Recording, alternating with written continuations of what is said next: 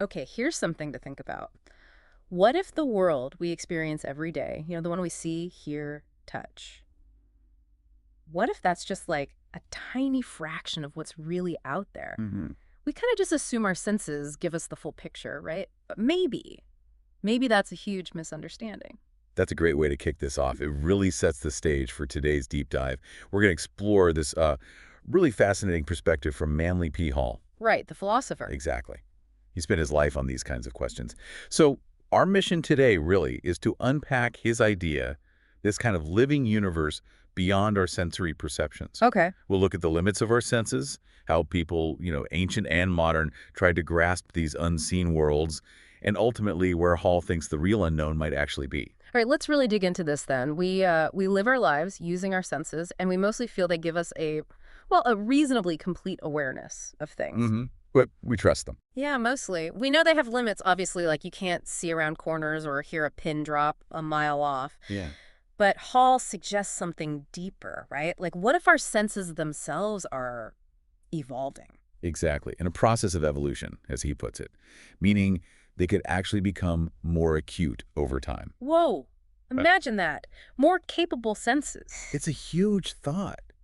And he uses this brilliant analogy, the dry land analogy. Think about it. Yeah, We live on land, right? yeah. But the ocean, it has far more complex life, way more forms of life, a bigger population than all the land put together. Okay, I see where this is going. Our senses, he argues, are like living on that dry land. Yeah. They restrict our awareness of this vast, unseen world, like we're just standing on the shore looking at the ocean surface. So much underneath we don't see. Precisely. And many creatures, maybe very different kinds of life, are actually very close to us, but hopelessly separated, just because their makeup, their constitution is so different. So it's not just far away stuff, it's Yeah. different stuff right here. Right here, these are the mysteries that we cannot immediately solve, the spaces our senses just will not penetrate. That is a mind bender. I mean, even things like rabbits or squirrels. He says they're probably hearing sounds that we will never be able to experience. Uh-huh. And our sight. He Oh. calls it most restricted. Yeah, becomes practically useless at night. Right.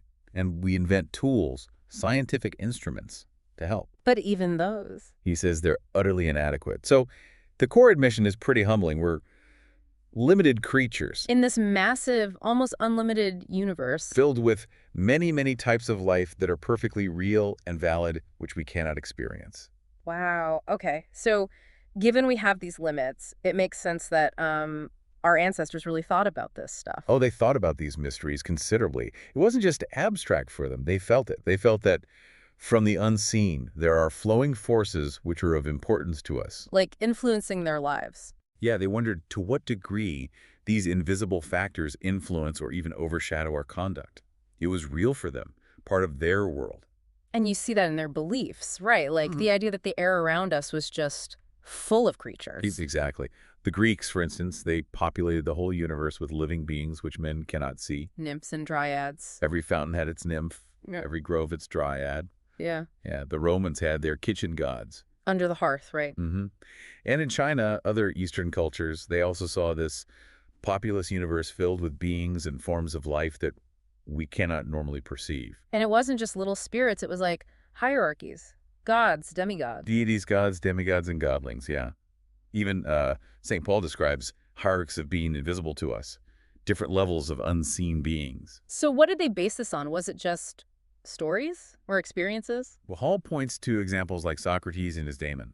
Socrates apparently distinctly described his daemon, the spirit that guided him. His inner voice, sort of? Kind of, but he believed that this demon really existed and that it conversed with him. And it wasn't just him. Oh. Hall says Socrates is only one of thousands who have reported these things. These accounts, he suggests, describe dimensions of perception not commonly distributed among us. Like an extra says. An extrasensory band, yeah, that maybe can be developed. Some people just perceive more. Okay, for most of us today, though, these kinds of experiences feel, well, not natural, normal, or common. Right, they're outside the everyday. But older cultures, Hall says, thought they could actually connect the worlds through sleep. Yeah, link the two worlds by the mystery of sleep. Because when men dream, Mm. They seem to mingle the natural and the unnatural, the normal and the supernormal. And dreams can feel so real, sometimes more intense than experiences of waking. Absolutely. And think about nightmares, how we see them versus how they saw them. How so? Well, our ancestors would never have considered nightmares to be merely hallucinations. For them, they could be actual journeys into the unseen realm. Wow, whereas we tend to think it's, stress, neurotic pressure, anxiety. Grief, worry. We see them as abnormal conditions coming from inside our own heads. Which ties into something else. Hall points out this kind of historical pessimism about the unknown. Yeah, this pervasive idea that the other world, the one we can't normally reach, must be somehow negative, evil, destructive, sad, or burdened. Like the ancient underworlds, the dwelling place of the shadows of the dead. Not exactly cheerful. A melancholy lot, he calls it. No real heaven, just this strange gray land of a twilight zone with ghosts. So why is that? Why this negativity? It's a deep question. Hall suggests humanity has never, for some reason, had an optimistic attitude about the unknown, for every angel imagined. 100 imps, devils, goblins. Exactly. Religions have often populated space with a hierarchy of evil spirits, always lurking, ready ever to close in upon the sinner. Even modern stories, like sci-fi. Often feature some evil and terrible force that must be met and overcome. It's this deep-seated psychic defense against invisible things that has made us, basically, afraid of the dark. But that wasn't always the case everywhere, right? You mentioned pantheistic religion. Right. That fear, especially in the West, wasn't universal. Peoples with a deep love of nature who saw beauty everywhere. They often came to see the invisible world differently. How? They came to consider the invisible world as essentially kind. It reflected their inner state, maybe. Can you give an example? Hall mentions the old American Indians. He says they had a rather pleasant thought about the whole thing. Dying wasn't terrifying. What was it then? It was just joining the great tribe that had gone before. Yeah. And the stars. They were their campfires in the sky. The campfires of our ancestors. That's beautiful. Very different. Very different. No great or horrible misgivings, no monsters, just a natural going on of things. He argues we, modern sophisticated peoples, have lost that and ended up with negative superstitions. Okay, so shifting to today. When we do try to explore the unknown, what's our motive usually? We tend to ask. What does it mean to be? Yeah, it's often very self-centered. And that leads us to divide the invisible into like two camps, things with bodies and just energy. Pretty much. Possible living organisms, creatures on one hand, and simply force, like cosmic rays on the other. It's a practical division. Utilitarian, almost. Very much so.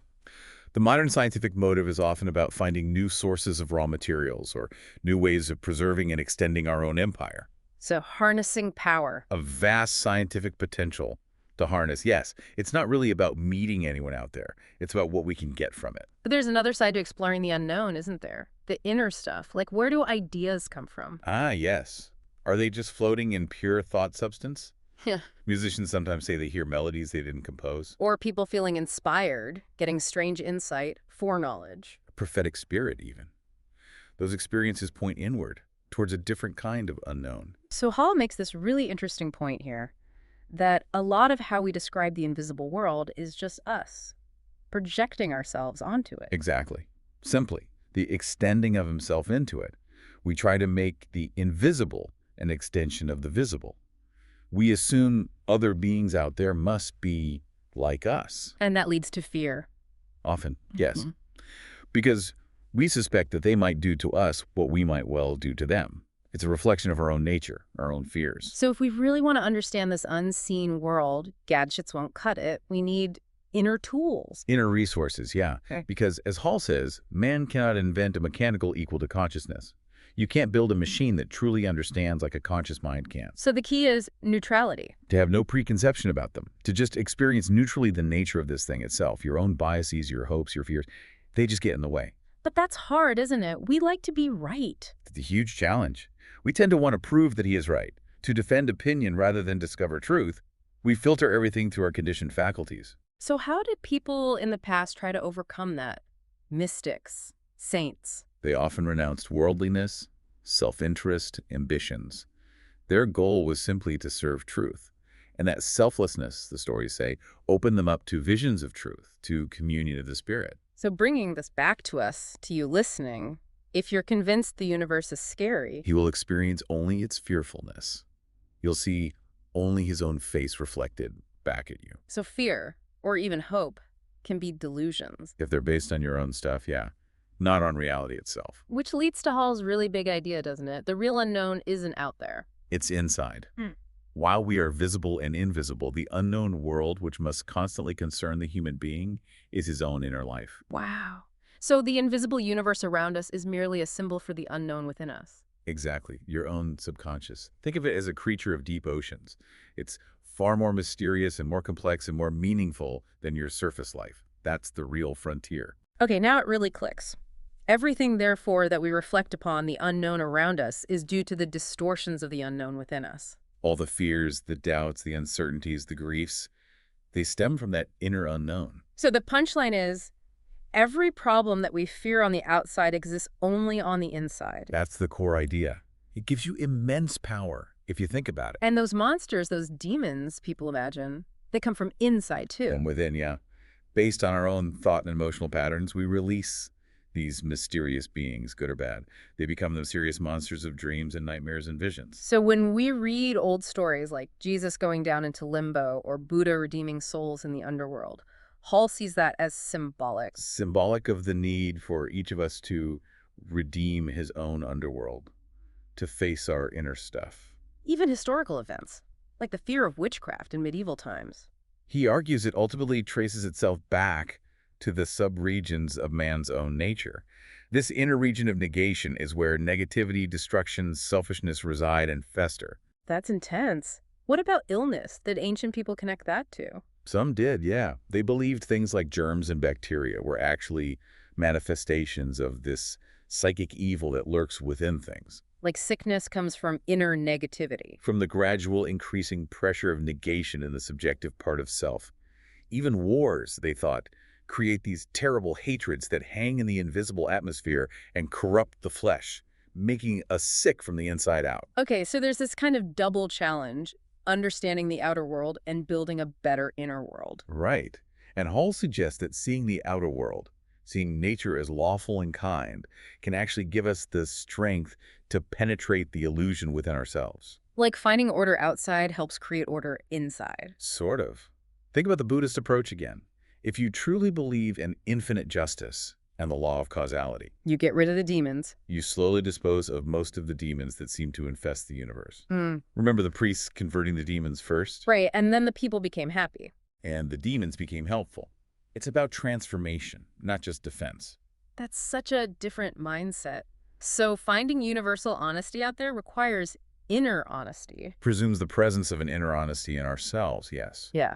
When we start seeing storms and winds not as chaotic, but as part of a divine plan, We start sorting out our own inner chaos. we begin to organize the tempest within our own little teapot. We get rid of the grudges, the antagonisms. Those are like the lost spirits in our own purgatories. So we don't actually need to map infinite space to fix ourselves. It wasn't necessary, he says.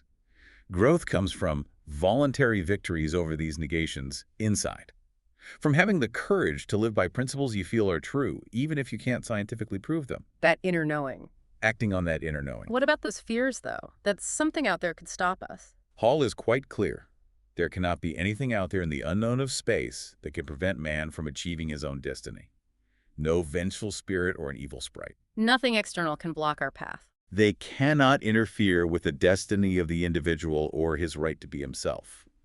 Whatever is out there, it operates under law. Okay, so the invisible world isn't magic or arbitrary. It's not a welfare state. Yeah. It's part of a great evolving structure governed by the same laws as the visible world. We shouldn't invest it with supernatural power. It's natural. Natural and reasonable, not inherently evil or destructive. These forces can do nothing to prevent us from achieving, nor can they make our achievement inevitable. Our choices matter. So how should we approach it all? Just accept the unknown, like nightfall. Accept space, just as we accept night as the unseen part of a common world.